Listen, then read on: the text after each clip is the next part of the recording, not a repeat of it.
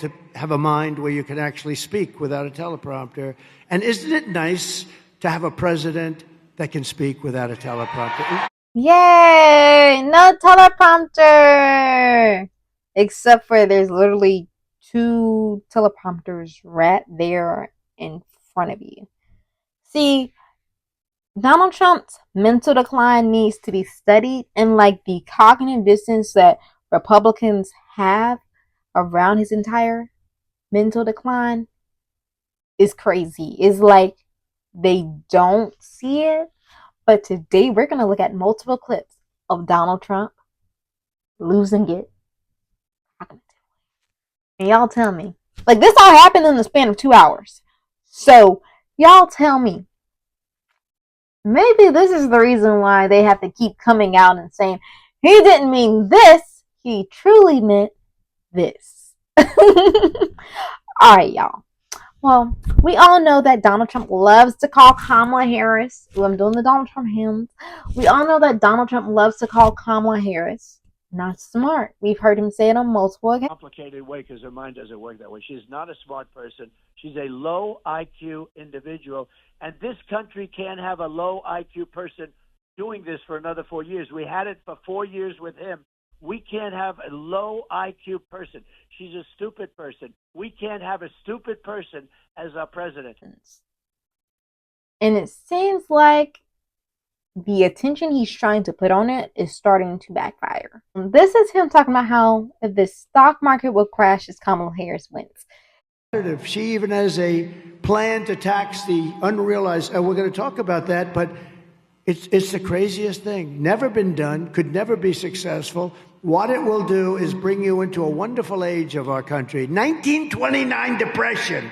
Everybody's going to leave. Remember, he also said the same thing about Joe Biden, and he says the stock market will crash about every day. I don't think the stock market's about to crash. If anything, they had a fantastic jobs report and economic numbers come out a few days ago. Guess what? David Barton is with us this morning. Great to have you here, David. All right, strong jobs report. What do you think?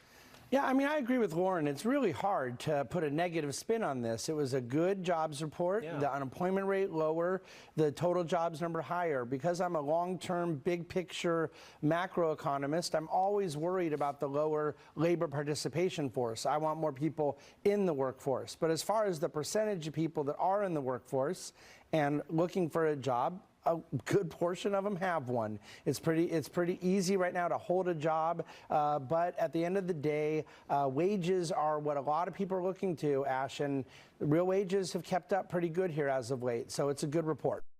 The Dow and the S&P both hit all-time intraday highs earlier today.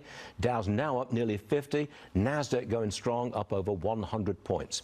How you can make those economic numbers look bad, but they try their hardest. This rally, Dow Industrials up 170 points right now, has to do with the expectations that the Fed put is still in place, that the Fed is going to cut rates, and this report confirmed it because the jobs are low-paying jobs and government jobs. That's true, but then on the other hand, why is a 10-year Treasury yield up at 3.95%? Right, it's hitting 4%. Yeah. My goodness, mortgage yields were supposed to fall when the Fed cut rates, and instead it seems as though mortgage yields are going to be moving higher. Yeah. So we're getting a confusing response by the market.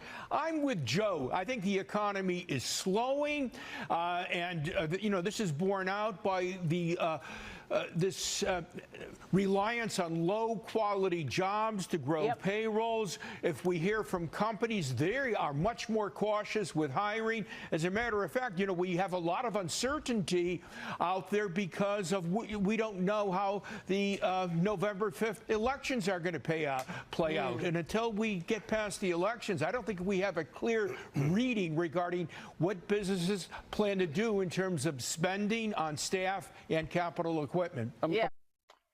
But anyway, going back to Trump's cognitive decline, the reason why they're trying so hard, and you can see it with all the surrogates, and even when I showed you that last clip with Maria Barlow and all those other hosts trying to say, no, having 100,000 plus more jobs than we expected, that's actually terrible. Having a lower unemployment rate, that's actually terrible. What they're mad about is just signaling that this upcoming month we're going to have another rate cut. Thank goodness. And even they had hosts come on and say, there's literally no way to spin this report as bad. Wages are what a lot of people are looking to, Ash, and the real wages have kept up pretty good here as of late, so it's a good report. But anyway, the reason why they're doing this so much is because Trump's cognitive decline is getting worse. Now, notwithstanding his whole, if Kamala goes into office, there's going to be a recession. We know that's not going to happen because we've been hitting highs on the stock market almost every week, multiple times a week at this point. He then wants to go straight to his bigotry, and he wants to say about Barack Obama. Under a man named Barack Hussein Obama. Remember Rush Limbaugh? Remember Rush Limbaugh? This clip literally makes no sense. How do you say Barack Obama's name and then says Rush Limbaugh's name? Diametrically opposing people. One. And then two, like you can see his brain did not know where to go next in this entire sequence of events. Not to mention, he then goes on to talk about everybody should be mandated to vote.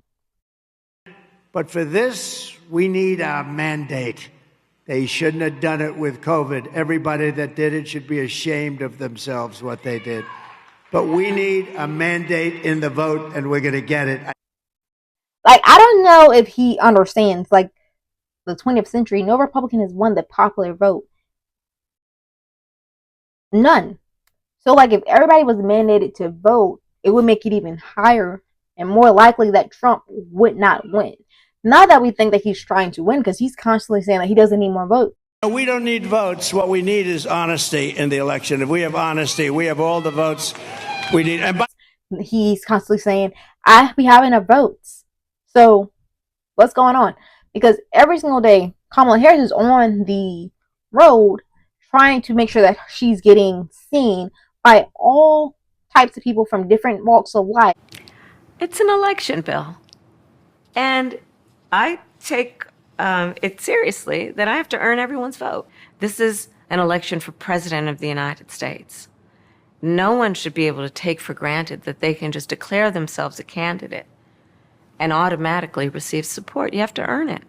And that's what I intend to do. And he's only feeding his base at this point. And we're still 27 days from the election. So what is going on here? Also, y'all, if y'all have watched this video this far, please don't forget to like, comment, and subscribe to this video. Like, we're trying to grow the channel. So if you don't mind, please subscribe. Please like. It's free. And it just helps more people see this video.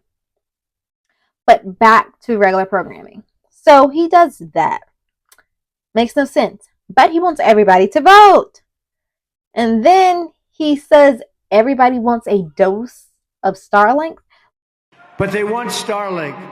So I said, whatever it is, I called Elon. I say, and you can't get it. It's really popular. It's very hard to get. But they need it, and they need big doses of it. Like, how do you get a dose of Starlink? Is it the same way he was like, we should inject bleach or get a dose of UV light for COVID and all those things? Like, I'm saying that the mental is wavering, y'all. It's wavering. And it's like he has the teleprompter in front of him, mind you. I already said he didn't need a teleprompter. But he's not pronouncing things fully. Like Midwestern. With 4 more years of Kamala, every Wisconsin small town and Midwestern. What were you going with there, sir? Where are you going? But let's keep on going. Now, this is all within a span of 2 hours. 2 hours. He then goes and takes credit for the Veterans Bill signed underneath Obama. What we did for the military with that, we gave choice. And we also did something that was very important. We got rid of 9,000 sadists and bad people from our Veterans Administration. And we got rid of them. They hated our soldiers. They hated our heroes. These are big things because this was a huge bill for the Obama administration. So if Kamala Harris was making these big mistakes, we would be hearing about it on mainstream news 24/7, that cognitively she isn't there. Ever, it seems like with Trump, there's a huge double standard. Like, he is literally taking credit for a bill that happened underneath Obama's term. Like, what's going on here, y'all? And he has given up completely on the idea of being the everyman, for every man, the working man, the plumber, this guy, the subcontractors, the person that's doing the toilets. Like, he's given up on all of that because he's doubling down. Like, this is the fourth rally. He has said, I don't like to pay overtime. I try to get out of paying overtime. I used to hate to pay overtime, Troy. Oh, I used to hate to pay overtime. I did everything I could to get out of it. But you know what? It's a big deal. And I actually think that's going to be a benefit to our economy, an overall benefit. I got out of paying overtime. And it seems like his supporters have started to be like, yeah, it's like they're cheering for it at this point. So, like, I'm trying to understand the cognitive dissonance. Because, like, we've all seen them try and get on Tim Walz about not being completely correct with the dates of when he was in China for the Tiananmen Square protests. And before we go, because I wish that we had a full hour, I want to give you a chance, because you called yourself a knucklehead this week, to talk about some of your misstatements. Yes. You've modified your story or explained that you misspoke about things involving your military rank, about carrying a weapon in war, your 1995 DUI arrest, using IVF to have your beautiful children, Gus and Hope, being in Hong Kong and China in the summer of 1989 during the Tiananmen events. A lot of people would say they couldn't get away with saying, I'm just too passionate, my grammar's not right, I'm a knucklehead. What do you say to the American people who think, I don't know that I can trust this guy with all those modifications to be the potential commander-in-chief of this country? Yeah, well, I think they heard me. They heard me the other night speaking passionately about gun violence and misspeaking. And I got to be honest with you, Shannon, I don't think people care whether I used IUI or IVF when we talk about this. What they understand is Donald Trump would resist those things. Look, I speak passionately. I had an entire career, decades before I was in public office. They know, and I'm very proud of my 24 years in service and my record. I have never disparaged someone else in this, but I know that's not what Donald Trump does. They disparage everyone. The personal attacks. I will own up when I misspeak. I will own up when I make a mistake. Let's be very clear. On that debate stage the other night, I asked one very simple question, and Senator Vance would not acknowledge that Donald Trump lost the 2020 election. I think they're probably far more concerned with that than my wife and I used IUI to have our child, and that Donald Trump would restrict that. So I think folks know who I am. My constituents here in Minnesota have elected me 8 times. They know where I'm at, and I'm proud to be on the ticket, and we'll deliver just like we have here in Minnesota. Here.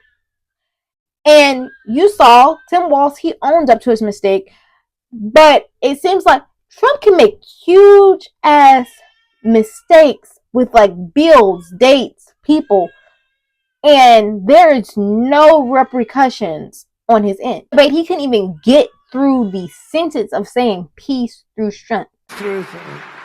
Peace through strength. And mind you, this is the same person that's calling Kamala Harris low IQ. This is the same person that is constantly coming after her saying she's lying about working at McDonald's of all places. Like, who lies about working at McDonald's? No offense. Who lies about working at McDonald's? It's McDonald's. Come on now. But it's like he doesn't understand. And it's like the Republican Party, like they were trying to say that the Democrats were just propping up Biden and trying to get him through. Biden still has the capacity to manage all of these multiple issues that are going on currently within our country. Trump literally can't get through a 2-hour rally. And then, mind you, it's not even supposed to be 2 hours. They're trying to get him through these 30, 45 minutes. His speeches shouldn't be that long, but he rambles so much that it takes him 2 hours to get through a semi-coherent speech.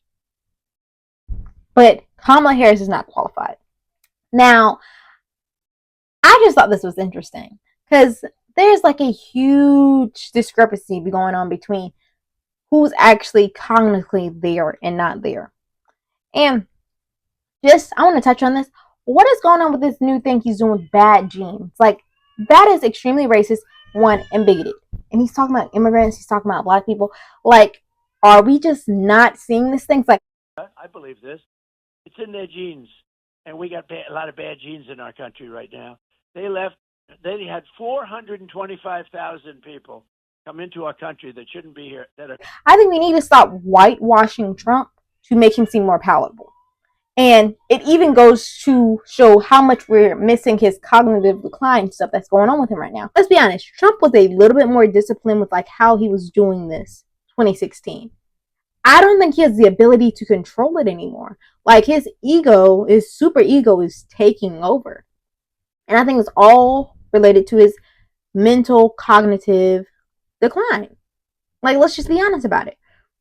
And like there's a great discrepancy between Biden slowing down because of age and Trump literally having no control over the things he's saying and putting out with this campaign, given how tight this race is going to be. But y'all tell me what y'all think. Put it in the comments. And if y'all other things that y'all want me to talk about, put that in the comments as well. I cover both political and cultural news and issues. And like I said before, don't forget to like, comment, subscribe if you enjoyed this video. Please share it if you don't mind. And y'all have a great rest of y'all day. Bye.